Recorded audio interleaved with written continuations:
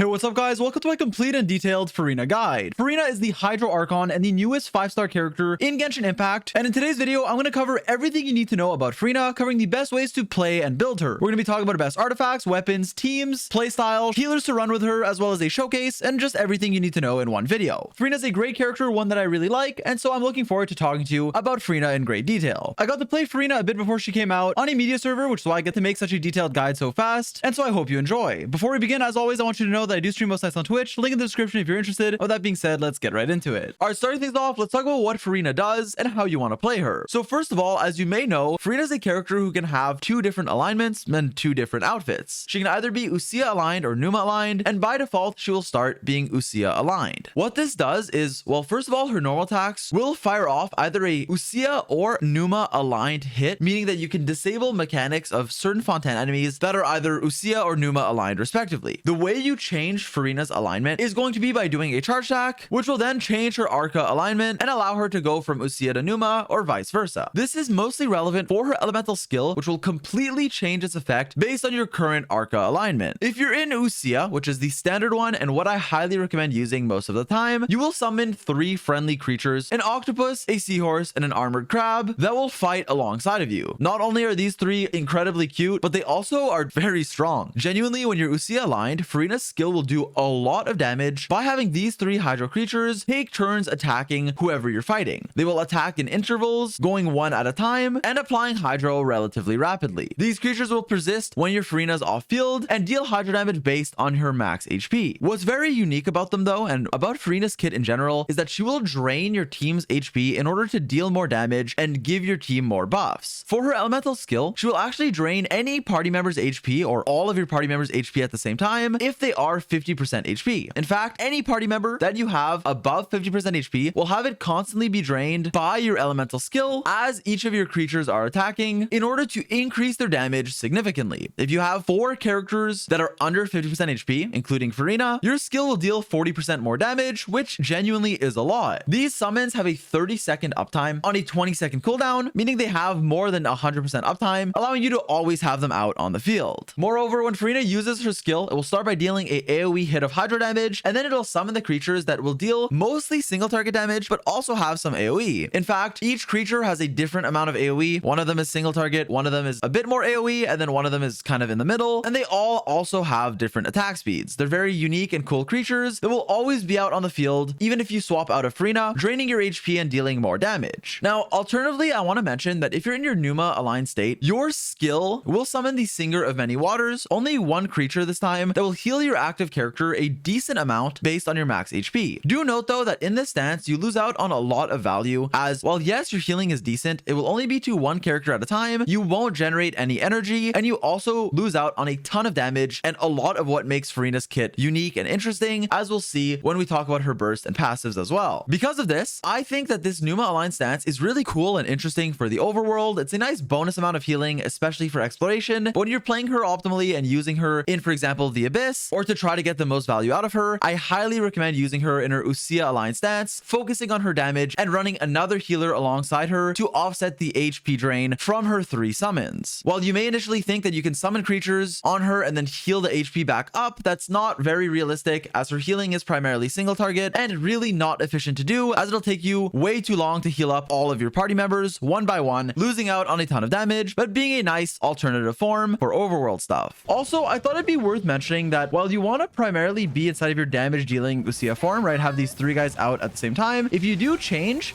to your other form, your summons will immediately change to whatever else. So while you typically want to be dealing damage, having the 3 guys out at once, if you ever need like panic emergency healing or just a bit more healing on field, you can swap to your Numa aligned form, which isn't really recommended, but is a cool thing that you should know. With that in mind, we now can talk about her burst, Let the People Rejoice. This burst is great. You start by dealing a okay amount of AoE Hydro damage. It's not that high, but what it does is it'll cause your party members to enter the Universal Revelry state, lasting for 18 seconds with a 15-second cooldown, meaning it has a 100% uptime, during which Furina will be stacking up fanfare points as your party members' HP increases or decreases. This means that as you're draining your party members' HP with your skill, or as they take damage, or as they drain their own HP, you will gain fanfare points, but you'll also gain it as you heal them back up with whichever healer you're running. Because of this, as you stack up these fanfare points, you will increase the damage dealt of all of your party members and also their healing bonus. Now, this damage bonus can actually be very high. You can have up to 300 fanfare stacks, and each fanfare stack will give you 0.25% damage bonus, which means that if you fully stack her burst, you can get up to 75% damage bonus to all of your party members, which genuinely is huge. 75% damage bonus to everyone on your team, including Furina, on top of having good skill damage herself, makes her have a very nice supportive kit. Now, for these fanfare stacks, you will actually gain 1 stack for each percentage of max HP that your characters are losing, 1 point per percent of max HP for every party member. And since your Furina skill will drain around 40 to 50% of all of your character's HP in a standard 20-second rotation, which is the cooldown of your skill, this alone will give you 200 fanfare stacks, and then you can heal it back up and easily cap out your fanfare stacks, getting 300 with ease. Obviously, your fanfare stacks will build up the longer the fight is, as you will get stacks as you take damage and heal, so you won't start with all of them maxed, but it will ramp up rapidly. Also worth noting that if you start the fight damaged or in your second rotation, for example, and your party members already are low HP, you can use Furina's skill and her burst, then immediately swap to a healer that can burst heal all of your team, and you will almost instantly cap out your fanfare stacks. Also, you can somewhat keep track of how many fanfare stacks you're getting, as more and more spectators will appear around your screen as you get more fanfare stacks, with all of your friends showing up when you max out your fanfare stacks. While your fanfare stacks won't obviously always be capped, trying to get as many as you can is a big part of getting a lot of value out of Furina, as it will really increase all of your team's damage and make her the very strong character that I believe she is. Now, with that in mind, Furina also has some nice passives. First of all, she will give you a bit more healing if you're running another healer than Furina and your healing is overflowing. Furina will then help heal your other party members for 2% of their max HP once every 2 seconds for 4 seconds. This is okay, not the most HP, but a nice bonus that can help if you're running a character that can only heal one of your party members at a time, then this can be a nice bonus. For a second passive, Furina will actually just get way more damage inside of her skill based on how much HP she has. Every 1,000 points of HP will give her an increase of 0.7% damage bonus, up to a maximum of 28% damage, which is just a nice amount of personal damage bonus for your Furina. This damage bonus is obviously for your creatures in the Usia state, whereas you also get more healing through this passive based on your HP, which is nice, but obviously less relevant. It's also worth noting that if you care about this, Furina can actually walk on water, assuming her skill is active. You can summon your little homies and then walk over a lake, which is cool, kind of like Kokomi in her burst. And lastly, for her talent priority, both her skill and her burst are very important to level. Her burst is generally the highest priority, as leveling it will increase how much damage percent your fanfare stacks are giving your entire team, but then also leveling your skill after will greatly increase your Furina's personal damage, so I would recommend leveling both burst and then skill, and ignoring her normal attacks. Also, be sure to level your Furina to 90 if you can, as she's someone who scales on HP, so it's particularly efficient to do so. With that in mind, how good is Furina as a character? Well, overall, I believe that she genuinely is very strong for quite a few reasons. First of all, she's an incredible support in the sense that she'll give you a huge damage buff to everyone in your team. This buff will also be applied to her, and as we saw, it's going to be happening passively throughout your rotation as you're consuming HP and also healing it back up. It has effectively 100% uptime and can give you up to 75% damage bonus to every single character, all of your party members that are dealing damage, which in many teams can actually be valuable on like 3 of the characters you're running. More damage on top of the fact that she also has a very strong elemental skill and good damage of her own through that skill. If that wasn't enough, she also has a pretty decent amount of Hydro application, which although it isn't the fastest, is still fast enough for many different team comps, while also having synergy with other Hydro characters and being able to be used in basically any Hydro reaction. The main drawbacks of her are that she will drain your HP, and you do need to run a powerful healer alongside of her if you want to get the most value. I do not recommend using her as your healer, and even using some worse healers like single target healers oftentimes won't cut it or will take really long to heal up your team and won't allow you to maximize the value of your stacks when compared to an AoE healer like Jean, Baiju, or Mika, who can heal all of your team instantly. While we'll cover which healers are the best to use with her later in the video, for now I want to say that when used optimally, the damage she gives you, her Hydro application, and also her Hydro damage are absolutely insane, and especially the damage buff to all of your party members are things that you should not sleep on. Now, to talk a bit about how she compares to other Hydros, I want to say that I think while she is very powerful, or could be labeled as broken, and while that is true, I think she's also well designed in the sense that she doesn't strictly replace or power creep other units. She's very different to Xingqiu or Yelan, very different to Kokomi or Mona, and very different to on-fielders like Neuvillette, Child, or Ayato. She has a very unique off-field role where her Hydro application won't be quite as fast as Xingqiu or Yelan, which means that if you can only run one Hydro option with a fast Pyro applier like Diluc or Hutao, then there's a good chance you'd pick Xingqiu or Yelan, who'd apply Hydro faster. With that in mind, Furina's Hydro application, while it isn't quite as fast, is still fast enough to keep up with certain characters. Like, it can barely be enough for Yoimiya, can also work with someone like Dea, especially because her Hydro application does not depend on your normal attacks like Xingqiu's or Yelan does. This can make it more optimal in quick swap teams, or maybe with even future characters that will DPS without really normal attacking. On top of all that, I think double Hydro team comps are really strong, and running Xingqiu or Yelan alongside Furina is a genuinely good option in a lot of different teams. The main thing to consider is that you also need a good amount of healing to really make use of her buffs and actually make her feel like a powerful support. This is a really important and interesting part of her kit that will cause you to change the way you're building your team, potentially replacing an offensive support like Kazu or Nahida with a defensive one like Jin or Baiju. Overall, I want to make it clear that Furina is a great unit. She gives great buffs and has really good personal damage, but will come at the cost of needing a good healer. Furina also complements other Hydro characters when she's used in the same team as them, or it can also be your only Hydro option in many different teams as well. Because of all this, I believe our Hydro Archon is great, a very well designed and very strong unit who is a versatile support that I really like and can recommend.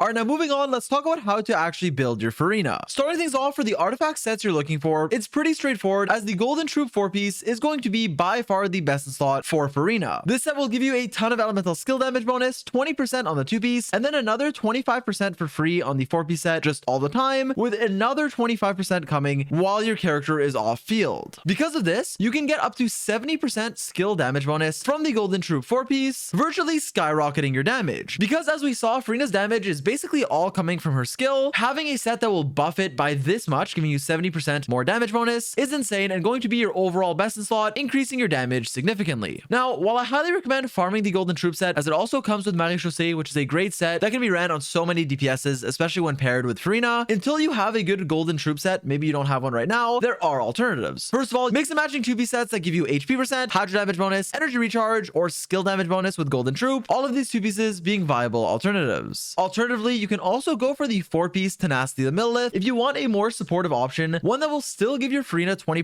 HP, which is nice, while also increasing the attack of all of your party members by 20%. Unfortunately, Furina can't make use of this 20% herself, as she doesn't scale with attack, but it can be a viable option in a team with a hyper carry and attack scaling supports, although personally, it's not my favorite for Furina, as I typically would recommend using this on other support characters because of how much damage Furina deals and how much you're gaining with the Golden Troop set, that I really think it's worth focusing on her personal damage by just giving her the 4-piece Golden Troop. Other things I wanted to mention are that the 4-piece Vorukashas doesn't actually work with Furina because you gain damage bonus when you take damage, but Furina's life drain doesn't count as taking damage, so you can't actually stack this 4-piece. And if for whatever reason you want to on-field your Furina, maybe with her C6, then Marie-Chaussée Hunter can be a viable option. Otherwise, just go 4-piece Golden Troop as your general best in slot, with mix and matching 2-pieces being a viable alternative. Moving on, let's talk about what stats you actually want on Furina. Well, as an HP scaling character who also really wants to use her burst as it gives you a ton of buffs, she's naturally going to want HP percent, energy recharge, and also crit rate and crit damage to maximize her damage. First things first though, you want to make sure you have enough energy recharge to use your burst and maintain good uptime on its buffs. Because of this, you can need a lot of energy recharge. The exact amount of how much you need is actually very variable based on what team you're playing. It can be a lot or not a lot, depending on if you have other Hydro characters with her, Favonius weapons, or just teams that generate a lot of energy, generally being a character who wants a lot of energy recharge, like 160 to 200. With that in mind though, it's more nuanced than that. With multiple Hydro characters on her team, she can need as little as 120 to 140, around 150 to 180 energy recharge with another Hydro character, and then as a solo Hydro, she can need around 200. But again, I highly recommend just testing out what works for you. Once you have enough ER though, it becomes pretty straightforward on how you want to build her. Crit rate and crit damage, as well as some HP percent, are going to be the main things to look for to increase your damage. Those 3 stats alongside energy recharge are going to be what you're looking for on every substat and also on your main stats. In fact, for main stats, you want to go for an HP percent Sands, generally speaking, or an energy recharge one if you don't have enough on your substats and weapon. For your circlet, you definitely want crit rate or crit damage, whichever one you need more of. And for your goblet, both HP percent and Hydro damage bonus are very viable and comparable options in strength. While which one is better depends on what set you're running and what buffs you're gaining, generally speaking, with their best in slot Golden Troop set, HP percent can actually be a bit better than Hydro damage bonus. It can be easier to farm alongside being slightly better. With that in mind, Hydro damage bonus is really close as well, can be better if you don't have as many sources of damage percent, but with the Golden Troop 4-piece and Furina's damage buff from her ult, she will already gain so much damage percent that an HP percent goblet becomes much better than on your average character. With that in mind, both options are still very close in strength, like 1 or 2 substats apart, so be sure to pick whichever one you have that has better substats between a Hydro goblet or an HP one. Both are great, making it easier for you to build her. Now with that in mind, let's now talk about the best weapons for Furina, and you'll be happy to hear that she has really good options for every type of player, having a great signature 5-star option, but also also good alternatives and a great free-to-play option as well that we will cover. First of all, let's talk about her signature weapon, Splendor of Tranquil Waters, which is going to be her best in slot. This is great for increasing her personal damage by giving you 88% crit damage on its stat line, on top of the fact that will increase your elemental skills damage dealt by 8%, stacking up to 3 times for a total of 24% damage to your elemental skill. On top of that, you will also gain up to 28%